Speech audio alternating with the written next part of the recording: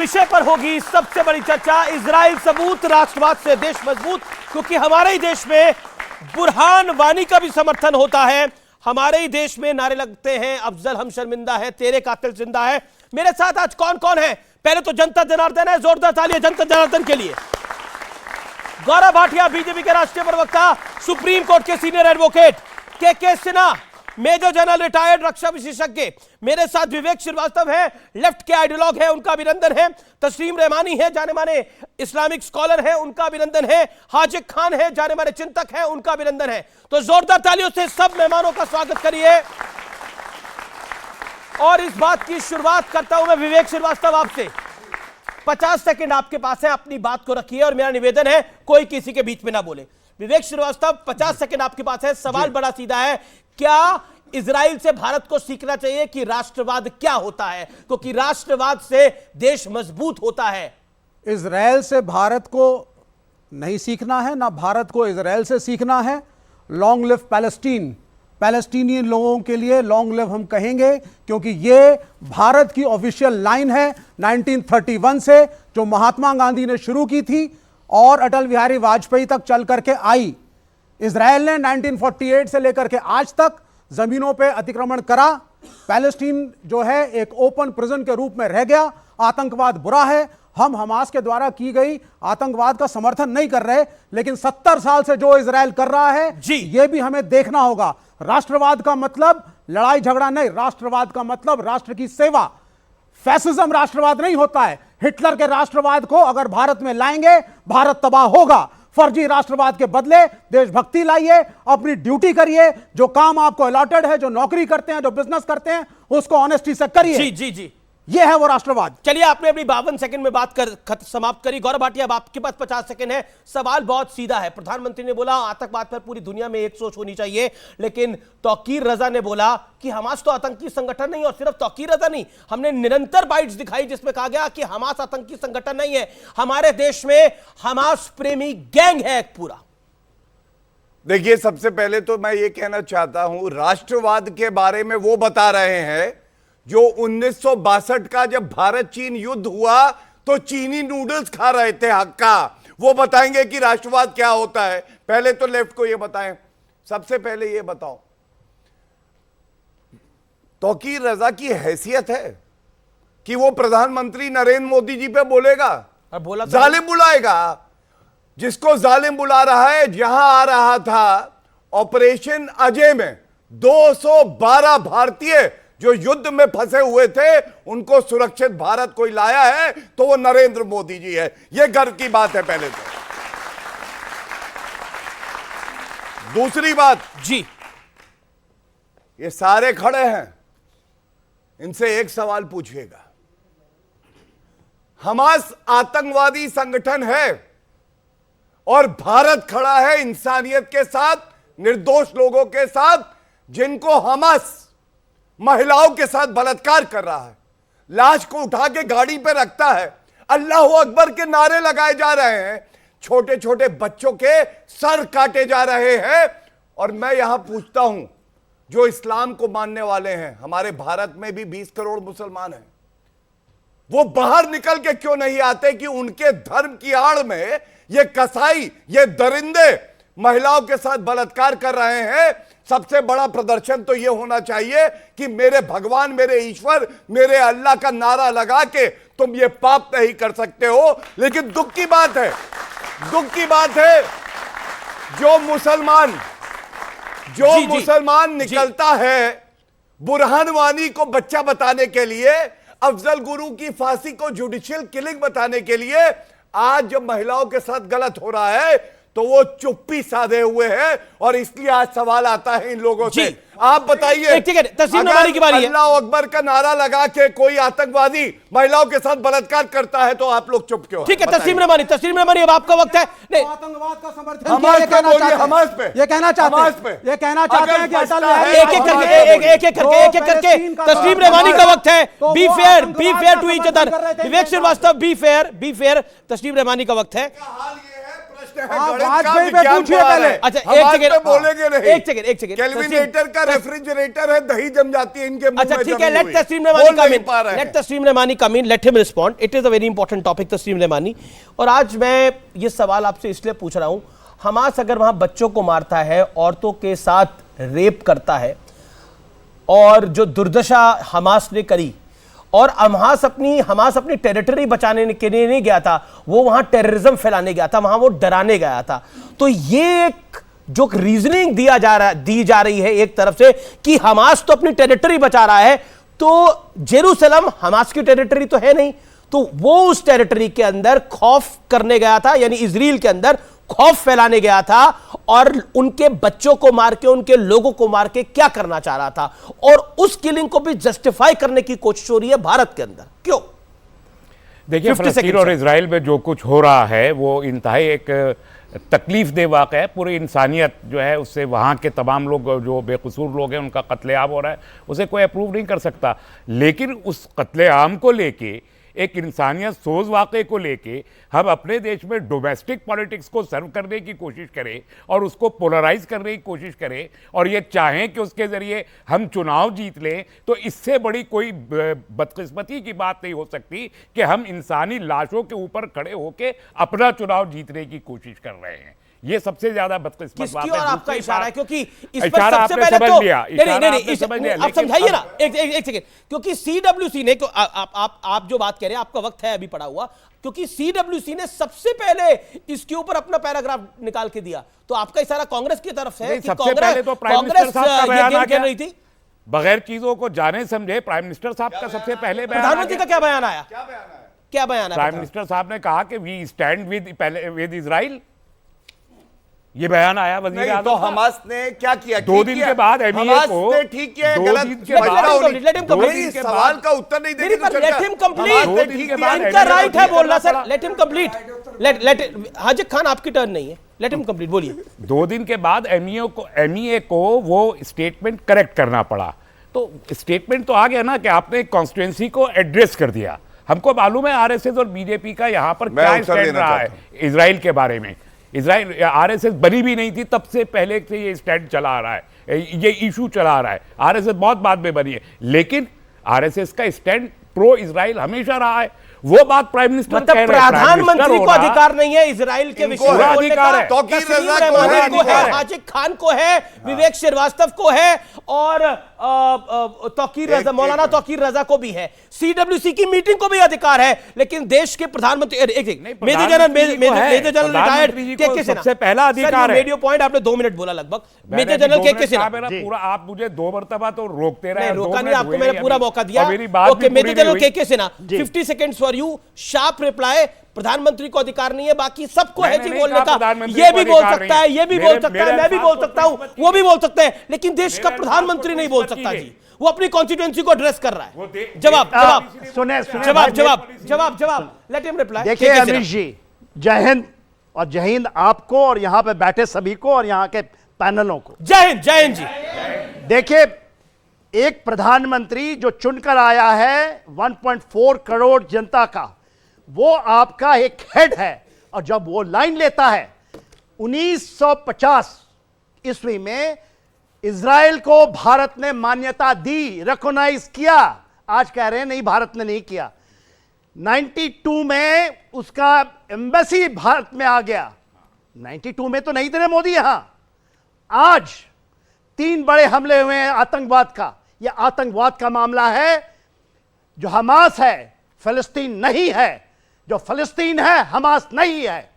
इस चीज को समझने की चेष्टा कीजिए, और इसको समझने की पूरे भारत के लोगों को जरूरत है। क्या चीज हुआ है? 3 बड़े हमले हुए हैं आज तक। हमास 1978 में आया है, जी 87 में आया है।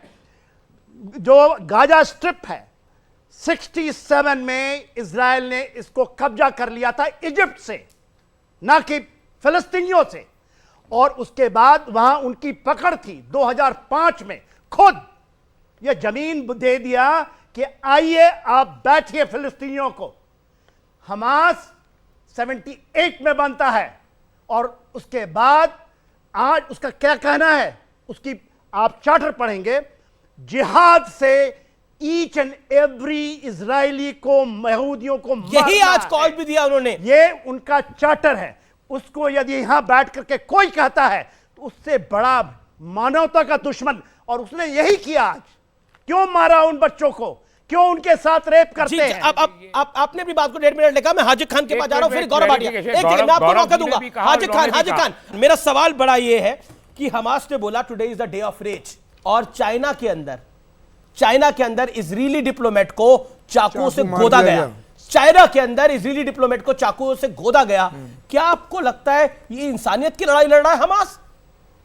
देखिए, किस धर्म के नाम पर, किस मजहब के नाम पर ये खेल कर रहा है वो, और उसका समर्थन करने वाले, क्या आपको लगता है नहीं ये ज्यादा बड़े दोषी हैं पूरी दुनिया में? देखिए महोदय, बात यह है कि सबसे पहले हम ये कहेंगे आपके चैनल के माध्यम से कि फ़लस्तीन और इसराइल में जो लोग मर रहे हैं वो मानवता का कत्ल हो रहा है। चाहे इसराइली लोग मर गए हों 1,500-2 हज़ार या 2-2.5 हज़ार फ़लस्तीनी और हमास के लोग मर रहे, ये मानवता का कत्ल है, ये जंग नहीं है। जंग ये होती है कि फौज से लड़ती है और फौज को हरा के उस मुल्क पर कब्जा करती है। लेकिन जब 1948 में इसराइल बना तो खाने के लिए इन यहूदियों पर रोटी नहीं थी।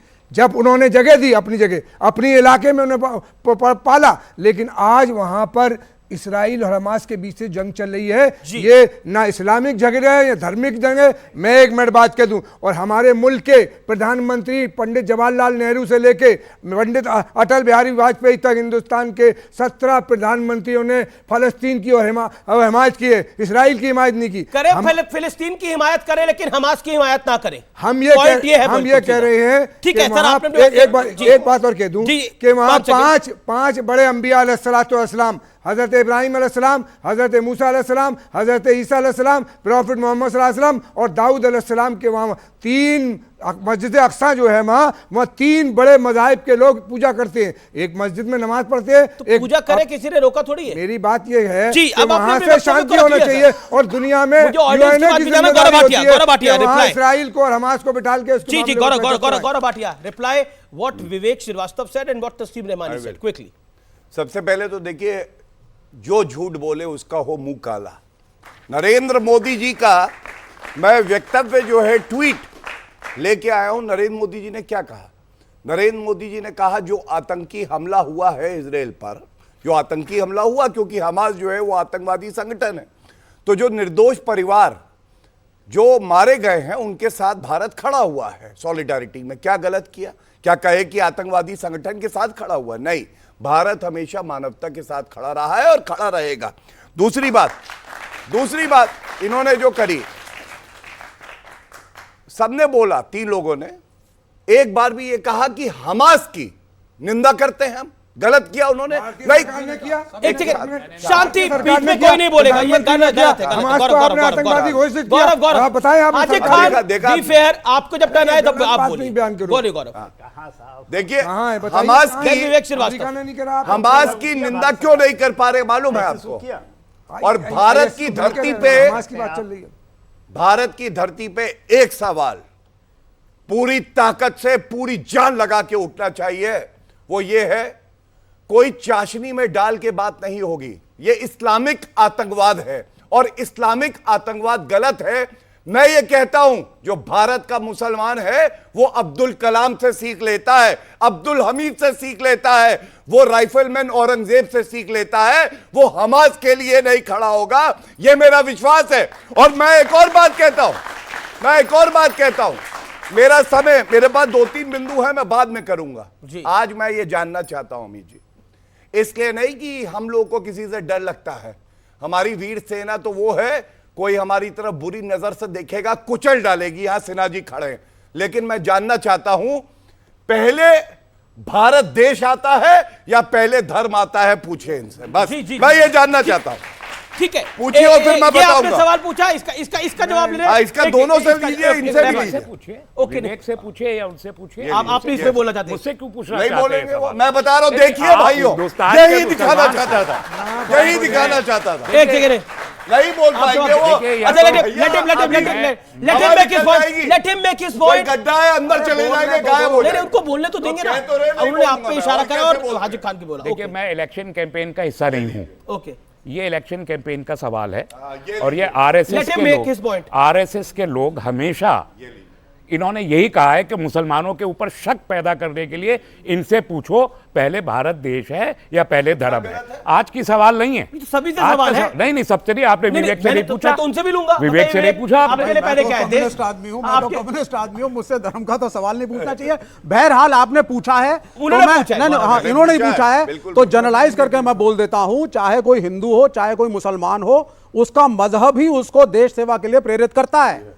सब एक ही है भाई। मैं तो कम्युनिस्ट हूं, मेरे हिसाब से तो धर्म एक अफीम होती है जिसको आप पॉलिटिकल लाइफ में लाते हैं तो लोग लड़ते हैं, दंगे करते हैं, डेवलपमेंट की बात नहीं करते। धर्म आपका एक व्यक्तिगत बिंदु है, उसको व्यक्तिगत रहने दीजिए।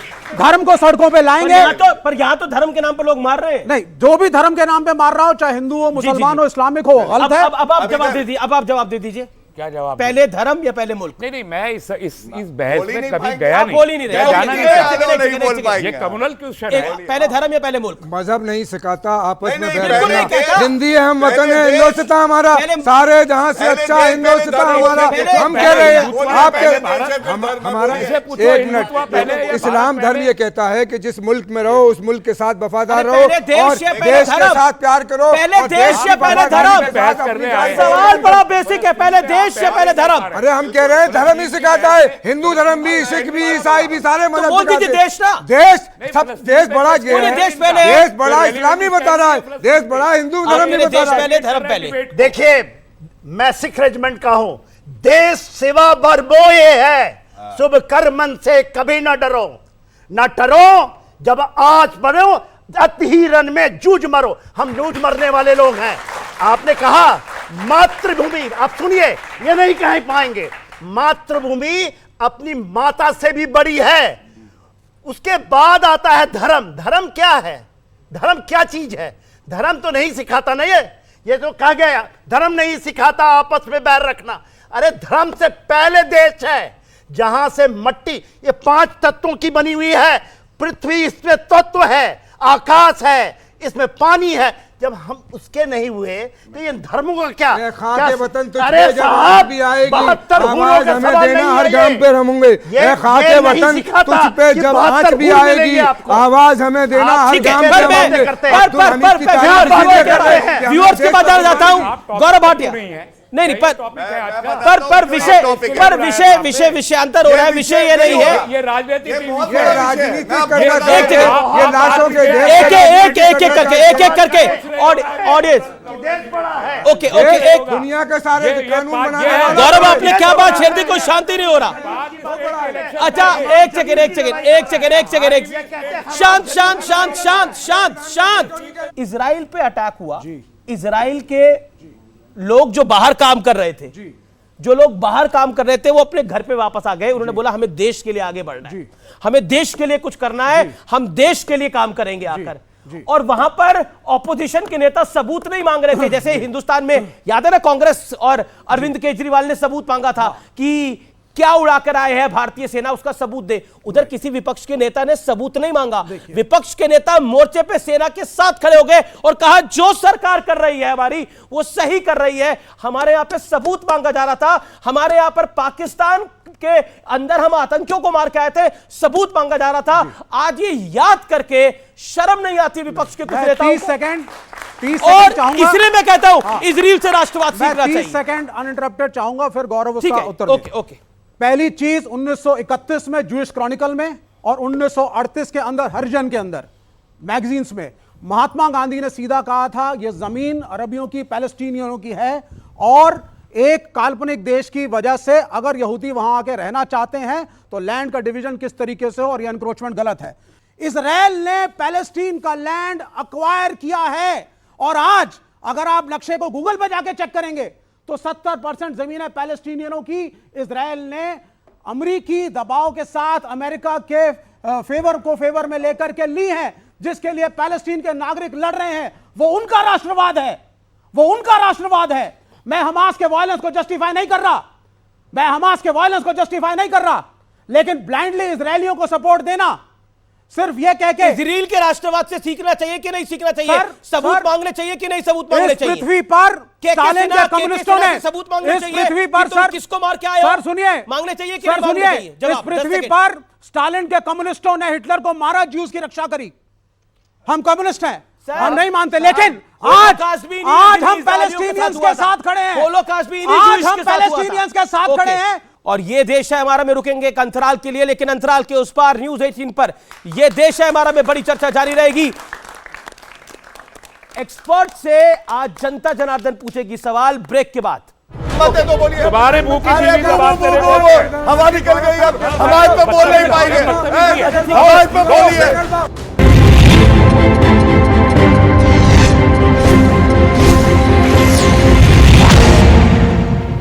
चोरी मांगू ना भ्रष्टाचार मांगू, राहुल मांगू ना पवार मांगू, फिर से मैं मोदी की सरकार मांगू। के सत्ता पाने के हथकंडे हम तो देख देख चकराए, कि तब जनगणना नहीं कराए मगर अब जाति जाति चिल्लाए। जनगणना नहीं कराए मगर अब जाति जाति चिल्लाए, कि सत्ता पाने के हथकंडे हम तो देख देख चकराए।